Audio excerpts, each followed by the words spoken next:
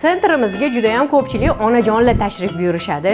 Ularni belidagi og'riqlar, davleniyalari oshishlari, nafas siqishlari, qabziyat, ich qotishlari bezovta qiladi va ular juda ham zo'r shifo topib ketishmoqda. Ayniqsa juda ham ko'pchilik katta yoshdagi ayollarda ko'rsak bo'ladi, bunaqa bellari ichkariga kirib ketgan.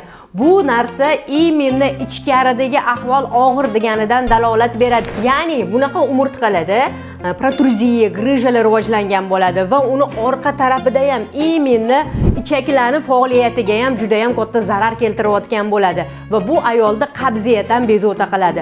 Undan tashqari siydu yaxshi ushlay olmaslik ham juda ham ko'pchilik yosh kattalarda rivojlanyapti. Bu shunaqa spaykalar shuni ham keltirib chiqaradi. Davolaganimizdan keyin mana umurtqalaridagi og'riqlari ham qoldi.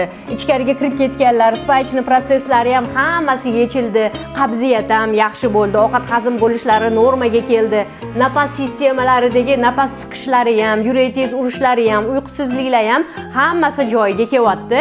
Agar sizlarda ham shunaqa muammolar bo'lsa yoki onajonlaringizda, opa-singillaringizda shunaqa muammolarni kuzatayotgan bo'lsanglar, bemalol osteopatiya muolajalariga tashrif buyursanglar bo'ladi. Chunki osteopatiya juda ham ko'plab, hatto biz o'ylamagan kasalliklarga ham juda ham shifoli yechim beryapti. Hammanglarni Surayyo Osteo Centerda kutib qolamiz.